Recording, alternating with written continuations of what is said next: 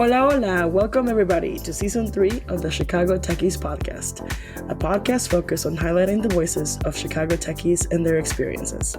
This season, we'll be hearing from seasoned entrepreneurs to rising stars making their mark. We'll dive into their triumphs, their challenges, and all their unique experiences that have shaped their journeys. I'm Ceci Fischer-Benitez. Thanks for joining us.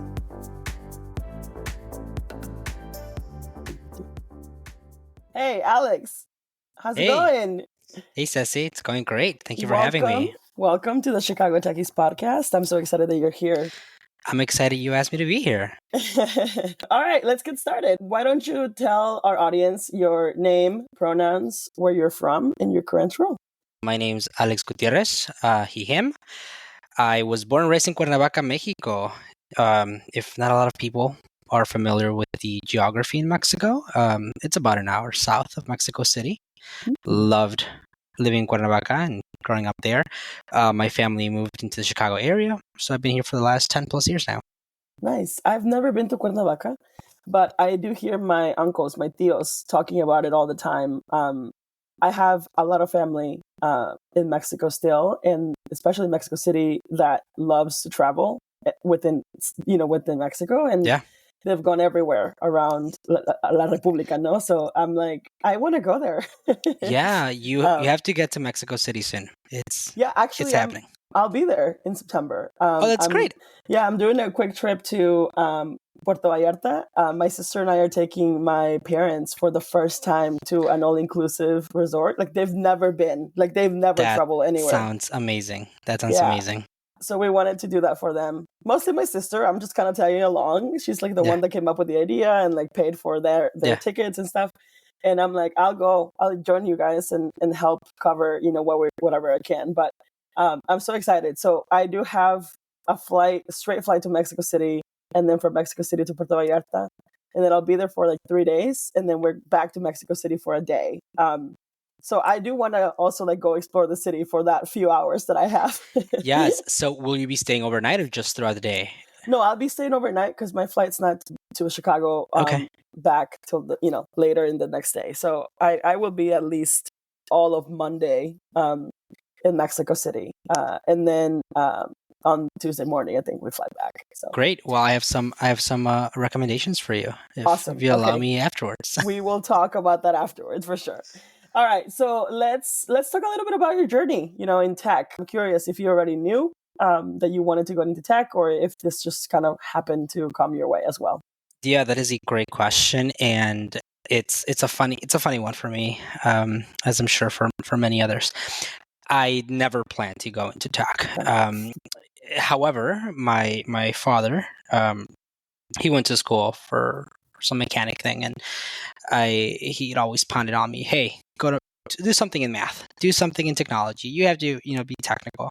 So I totally put those recommendations and thoughts to the side, and as many young people growing up, not necessarily paid much attention to it.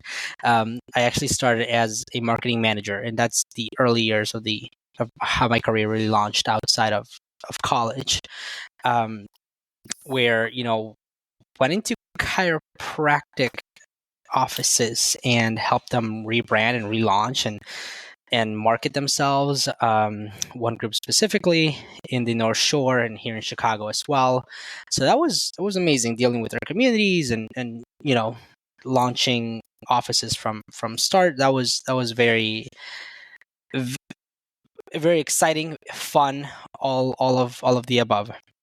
My interest really peaked at the intersection of following some consulting gigs that I was doing, while also part of the Elgin Hispanic Network as their marketing director, that I also was collaborating on, while as a marketing manager.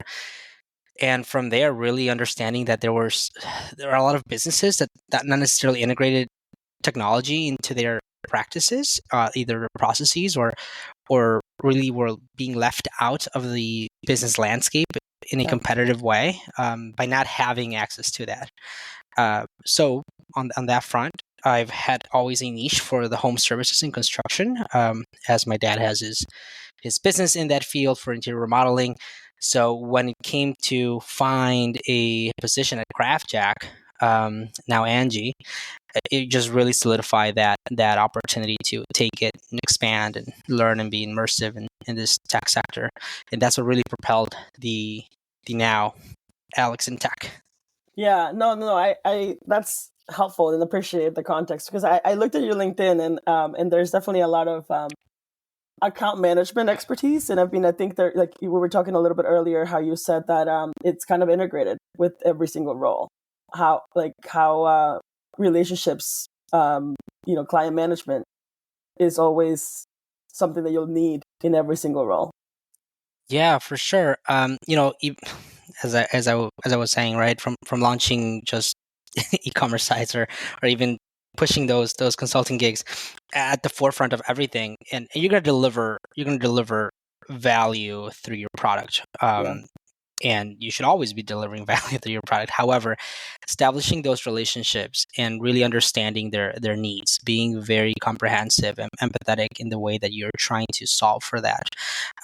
Nowadays nobody really seeks the sales journey, but they definitely seek the support after that sales process has happened, right? Yeah. So you really want to be in tune, and ultimately you don't want to lose that hard work of not keeping your customer, not allowing them to stay with you, and continuing their value add into the business as well. Yeah, and actually, I'm curious, like, what motivated you into like exploring this career? You mentioned like your dad's business. You mentioned wanting to help these like chiropractic businesses to kind of rebrand. Like, what drew you to this type of work? The chiropractor was essentially my first job right out of college. Even in college, so let's go back to sophomore year at Robert Morris University, now Roosevelt here in Chicago. I had an amazing professor, William Botlek. He was a former VP at BP, and he just kept going on and on and on about this marketing solutions and what might have happened back and forth in his old days. To my thought was, well, why aren't we promoting this for smaller businesses? I went outside that same day and started knocking on doors, literally just asking their businesses around strips or storefronts, hey, what do you need? Why aren't you doing this? I mean, the answers to me at least were right in front of me, right? To a business owner, well, they're the matter expert in that specific business or in that specific subject. Not a lot of people have the same expertise in marketing, or not a lot of people have the same expertise in digital marketing more specifically. So to me, took it on as a challenge and started helping these small businesses really flourish in their digital marketing. I did that not knowing a thing and really learned from within. So my first paid customer was a Argentinian Mexican infused restaurant downtown Elgin that did not necessarily know where they were placed in terms of their market, not even understanding their customers. So I put all of this together in caps. I was listening to my college courses and running back to them and be like, this is what you need to do. And going back and forth. So that gave me a lot of experience right off the bat. The chiropractor specifically, not something I was looking for, not something I was, just landed at the right time. The Elgin Hispanic Network, which was also not something I was looking for. The opportunity presented itself, but really gave me the in with the community. CraftJack was something I did end up looking for, because I wanted to bring that intersection of what are the smaller businesses in construction not doing, and how can they really develop themselves and expand to integrate themselves with the user nowadays, right? We're always on our phones. We're always needing to have access or a button that's allowing us to ensure a service be completed. So how can we get smaller businesses to also align themselves with that perspective, that notion, and that practice? And that's what drove me to CraftJack specifically. Yeah. Well, I love the hustle. I mean, you mentioned, your college as a college kid, kind of just wanting to help wherever you could, and wanting to support people in their businesses, right? And to produce results. So that's great. Love that story. Now, as you kind of evolve in this field, like, are there any particular skills or qualities that you believe are essential to have to be successful in this, in this type of field? Yeah. So you have to be very conscious of, I don't even want to call it crisis management, but you have to be very forward in problem solving. Yeah. That being one of the top skills I would recommend. Um, Two, and maybe this is more of a virtue, but patience in really understanding the intricacies of just the conversations that you'll have, and how everyone's so different in communication. Yeah. And three, really be organized and prepared to deliver what you spoke about, what you collaborated on, and truthfully be there to support the customer along the journey. Yeah. I love that. And I mean, I think it does tie back to, relationship building and being able to understand others, work well with others. I think that's definitely like soft skills that you're going to need for any career. Being able to communicate, definitely a big one. I want to switch gears a little bit to just talking about Chicago, and our community here, that not just like the Latinos intact, but also just in general, everybody. You and I were at the Tech Chicago Week, and at least one event for sure. I saw you at least once, yes. Yeah, I went to all of the things on Thursday. I went to a couple others that were unofficial, but I was very curious to just to ask people for their perspective, like in general, about how they describe, right, like that those ecosystem tech events, and maybe what's our hope for Chicago. Yeah, that is and I've been thinking about that question ever since, as you and I were near the tables there chatting. Yeah. It's exciting. I'm very excited. I am not a founder myself. I am not fundraising myself. I am not looking to fund other people. So this perspective of what's happening in Chicago and seeing all the levers outside of it, I'm very excited to see where we grow from here, and how do we really compare to the coasts, right? We have such a growing we have just such a growing ecosystem of ideas that I think that on its own is exciting to hear. But also, I've seen the work that you, along many other people that you and I both know, everyone's so collaborative. Everyone wants to get us there. Everyone wants to support each other and really showcase as many relationships and that crossover as they can, to really get to the end goal of getting us to be maybe one of the top cities in the hub. Yeah. No, I definitely agree. And I wanted a curious perspective, because I was like, what is someone that is not necessarily immersed in all of these initiatives, like, feel? What do they think about Chicago? And I think you summarized it pretty well. I think we're definitely seeing a shift, and Chicago's back on since the pandemic, right? Like, I think we're seeing this shift of excitement, of people wanting to put Chicago on the map, for becoming a tech hub, a bigger tech hub, and kind of competing, right, with Silicon Valley. So I think I personally think it's really exciting. I have been in tech since 2016, and I feel like this is one of the most exciting initiatives, or at least the most exciting in a bit, that I've seen Chicago be. And I think you're also spot on with the collaboration. I don't think this is.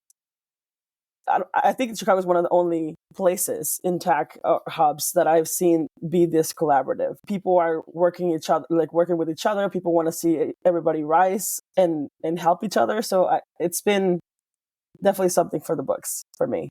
For sure. And I think that really overlaps with, again, someone that's not immersed, right? But at that event that you and I were, just talking with somebody, no real agenda in trying to get them to join my startup as someone might have. But hearing their ideas, hearing their perspectives, and knowing that I've been through that already, just literally offering as much as advice as you can, really brought up the collaborativeness in everyone around that event. Yeah, for sure. Well, thanks for sharing your thoughts on that. Now, as you think about your career growth right now, what are some of the current projects that you're working on, or at least what are some exciting initiatives that you're excited about, or where do you want to take this? Yeah, that is a. I wake up and ask myself that every single day. No.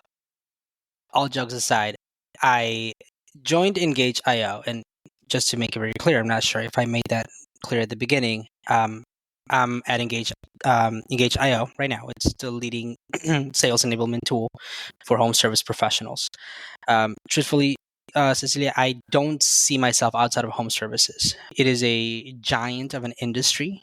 And I highly encourage anyone that's looking to maybe pivot in another direction to look into this. There's a lot of great companies up and coming right now from all over the place. And I generally am excited to just be a part of this and implement not just my soft skills, but also everything that I've been able to leverage in my past roles through account management. Ultimate goal is to create this same level of tool for all of my Spanish speaking customers. Really develop this for anyone that has maybe a parent, maybe a grandparent. Everyone's so different, but I know for a fact that this opportunity allows themselves to also sell to the Spanish speaker, especially with our population growing and allowing us to better connect within our language. Yeah, I mean, Latino folks have incredible spending power in the U.S. We're definitely one of the fastest growing demographics of spending power and people who also start businesses. So I feel like that's definitely the right place to be. What excites you about the home services industry? Like, what are some of the things that drew you to it from the beginning? Yeah, so let me ask you this, Ceci. When was the last time you thought about your roof? Actually, a year ago, because I live in a condo, right? Like at 4 units, and we have an HOA, and the top building, or like the top person in the condo unit, noticed that there's an issue with our roof, and we had to basically get it like some parts of it replaced. Sure. And we like literally had to. I'm like, I've never thought about it. Even during my inspection, during like the home buying experience, I never really thought about it. I'm like, it just comes with the house. But after having to go through all of that, I'm like, I never thought about this before. And that's what excites me about it. I'm in a position where I know the industry from working in the field, right?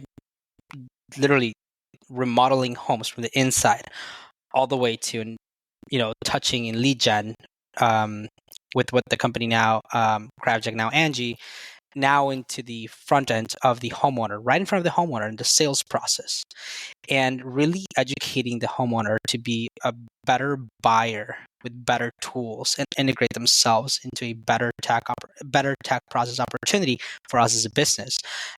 That's what excites me. It really highlights the certain aspects of life that haven't really been touched by technology as much as others, as I mentioned before. But there is a lot that a house goes through. There are a lot of components that maybe a home buyer, even a renter, right, might not necessarily think about until, unfortunately, it's too late and you need to make an emergency replacement.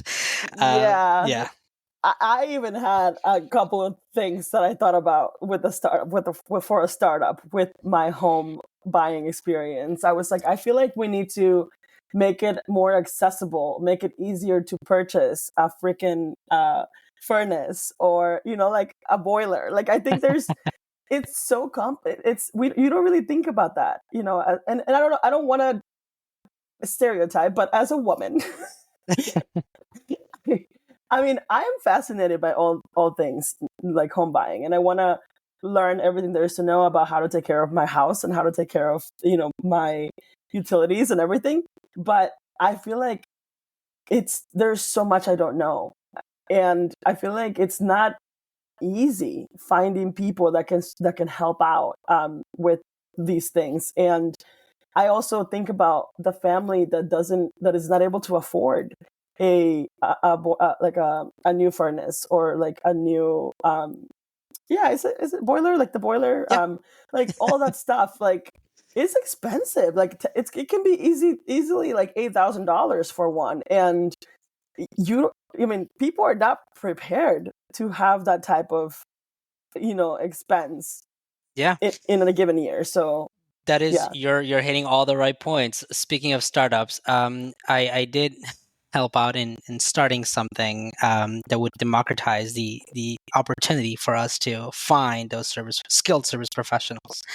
Um, Definitely competing with my past parent company, Angie. Hence why I ended up at Craft Jack. But you're right. I think that there has to be a better way.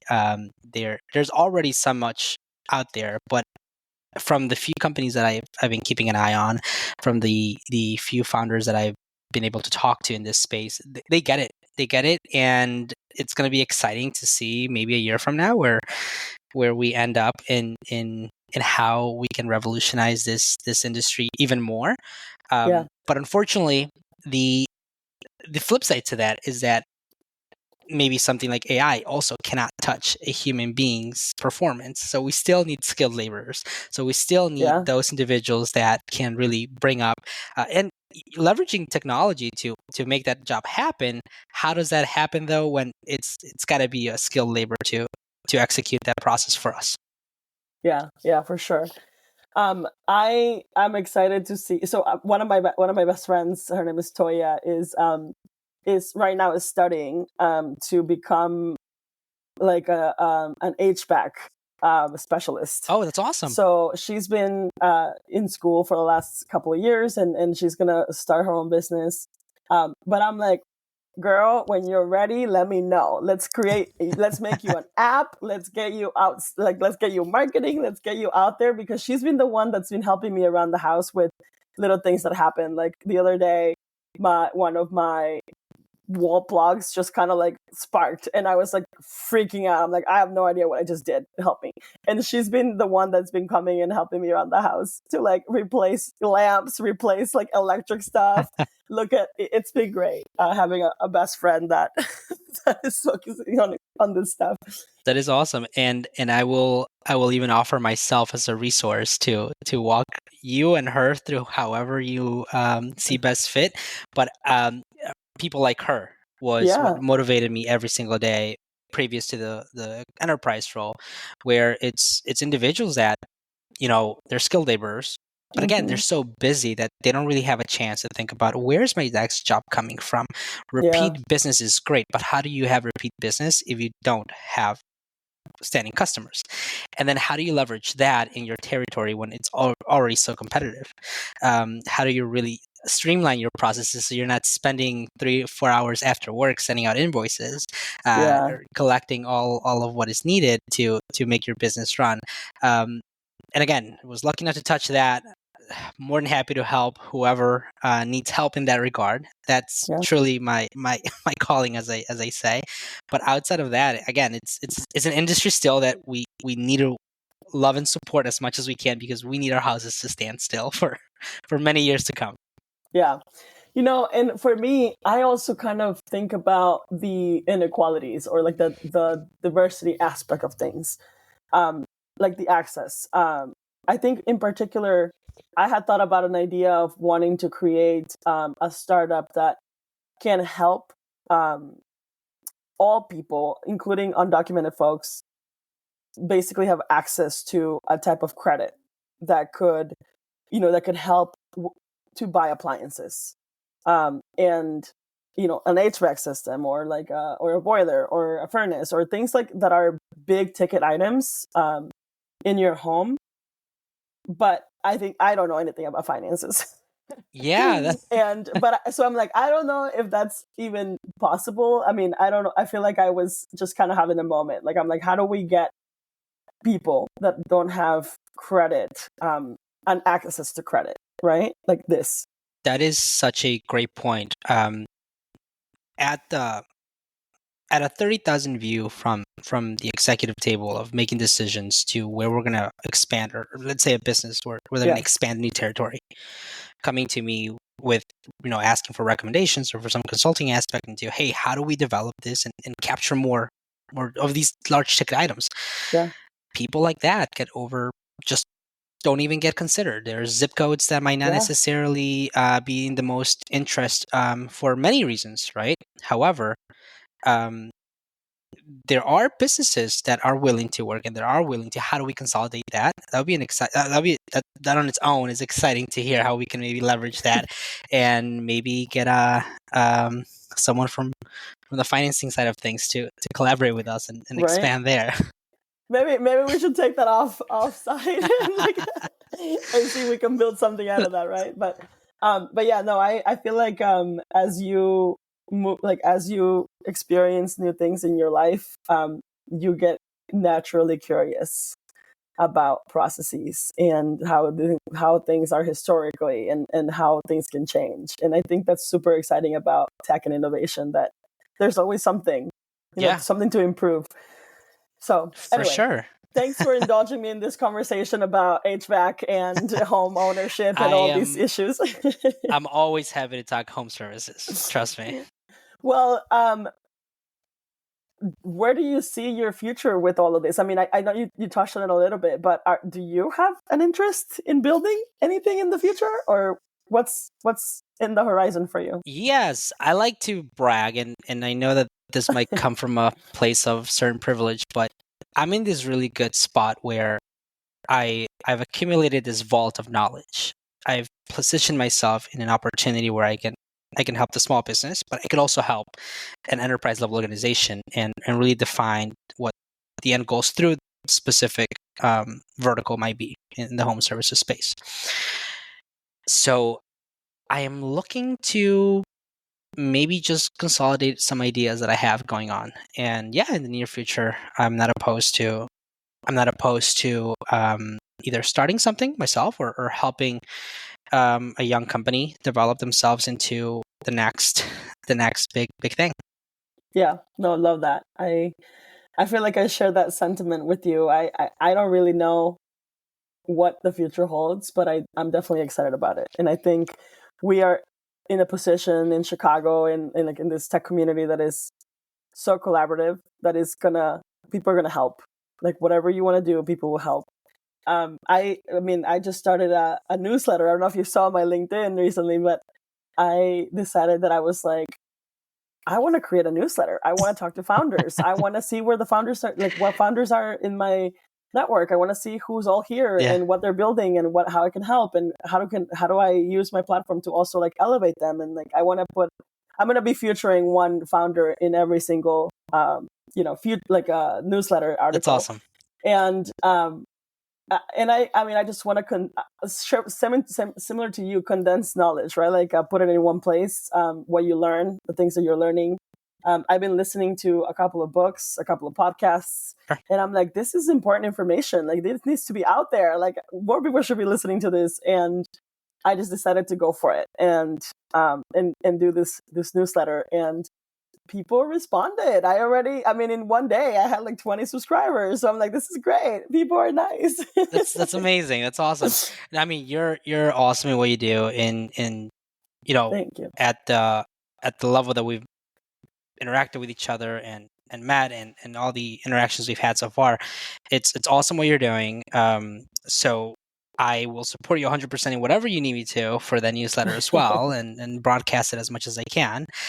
Interestingly enough, I started looking at newsletters as well. I haven't done anything myself, but it's an exciting field. Yeah, you should definitely take a look at Substack. It's free. It's great. I think it's got what I was looking for. Okay. So I'm excited about it.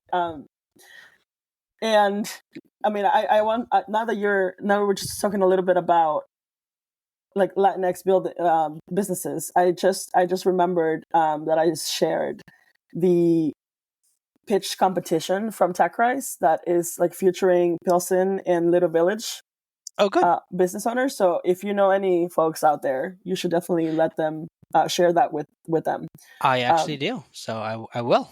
Because I was just like, oh, hey, maybe some of these people are building something cool in Little Village or Pilsen. I really like that TechRise Chicago is focusing on specific neighborhoods too, and wanting to, kind of expand its reach to different communities. And I love that they also put it in Spanish. They also wrote, the flyer in Spanish, and I'm like, good job. Like, that's great. Yes, thank you.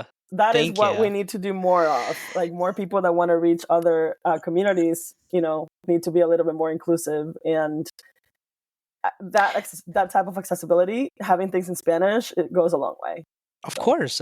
Not even in the aspect of, hey, maybe the end user is an English speaker, native speaker, but having access to that connectivity through language, speaking to its family, speaking to its generations before them, really, really helps a lot. Yeah. Well, speaking of these experiences and learning, I'm curious if you can just, to wrap us up, kind of share some specific or significant learnings in your career as you have, evolved, and something that has impacted your career progression for professional development. Yes, and this is something I tell now my 16-year-old brother and my other younger cousins. Mentorship is so important. I wish at the age of 18, someone would have just said, hey, you cannot do this by yourself. You need help. You need a structure. You need someone to listen to you and also offer that experience, right? With good intentions, as everyone, I assume, should have, in helping them develop themselves. And I think that that's what might have pushed me a little bit in my couple of years before jumping into the tech scene, not having a mentor or the right individuals to talk to in regards to my career progression or what I really needed to see myself 5 years from that age. No, I love that. And I try to share that same mentality with people that I meet. I didn't know anything about mentorship until I also joined the industry. I spent 5 years in education, but it's not the same. You hardly get support. I actually joined just this year the Chicago Innovation Women's Mentoring Co-op. Yeah. And it's been awesome. It's definitely helping me a ton right now when I need it the most. It's something that I built at Latinas in Tech, in the past couple of years. Like, we built a mentorship program. We were mentoring. I mean, the first year we mentored 993 women, and this year they're on track to mentor 600 people. So I feel That's like amazing. It's definitely something that we need more of, in general, because I've been, in the last year, I participated in a mentorship learning lab with Get Cities, with Chicago Innovation, and with Out in Tech. And we just came together all year to talk about our progress for our programs. And it's wild, the amount of people that really want mentorship and that need it. And that there are businesses like coming out of this because it's a huge need for everybody in the community. And just to for full circle moment here, in the relationship building process, sometimes the best answers in the mentorship journey are not actual answers, but questions that your mentor might bring up that you might not necessarily have thought of, and that's what really solidifies that aspect of growing, because ultimately you don't know what you don't know, and you can't really execute on that if you're standing so close to the wall. As a mentor might bring you back and say why and how. Yeah, for sure. And I just want to give a quick shout out right now to my mentor because she is amazing. So her name is Christine Sandman Stone. She recently wrote a book. That's awesome. Yeah, the modern management mentor, and she's had an incredible experience in product. I mean, I think most recently she was the global head of product in engineering, operations, and strategy at Groupon. And she's held a ton of VP and director levels already at like McDonald's, at like Brookfield Properties. That's awesome. She's just intense, and she's been mentoring people for like over 20, 30 years, I think. Thank her. Yes. Thank you. She is a godsend. I've been meeting with her, and I just love everything she has to say. Like, she's definitely somebody I needed in my life right now more than anything. And I'm very grateful for her. I've also had another mentor 6 years ago. Her name is Jennifer Dudley. And she was essentially my first boss in the tech company. And I just learned a ton from her as well in just in general, in like just general people skills, right? Like how to present yourself, all these things. Like, and I think she unintentionally like just showed me things, how to do things, and she's incredibly smart. So those two people have been incredible mentors. But yeah, and you're gonna learn from everybody. Of course. And isn't it great when these individuals, they don't actually exercise that position with you, rather than just have an open conversation, a very calm, candid conversation into what, and sometimes the conversation doesn't even start that way. Sometimes the conversation doesn't even end that way. But in that journey of just having them listen to you and again, offering that insight into maybe another perspective of what have they done, really comes into a blessing point where it's like, hey, that's what, just like you said, that is exactly what I need in my life. And I feel like every, not just young people starting up, but people that are looking to jump in and out, really need. And there's already groups out there. So as you mentioned, Chicago Innovation is great. I've had a first seat as a witness into all of these programs, as you know. So it's been amazing to see. And again, solidifying the collaborativeness that the Chicago ecosystem builds and brings to anyone looking for it. Yeah. And I mean, I don't want to. I had a lot of mentors in my career. I mean, when I was part of the Chicago Blend program, also we were assigned a mentor. Niharika was my mentor, and she's also amazing and has done great things for me. I feel like it is not just about these official mentorship relationships. I think you also learn a lot from your peers. Peer mentoring is incredibly just as important. And I am very lucky to have and surround myself with great people that I can learn from as well, and bounce ideas off. I mean, you are one of those people, and I feel like I just appreciate that people are just open to supporting one another and making sure that we're all thriving. So that has been great.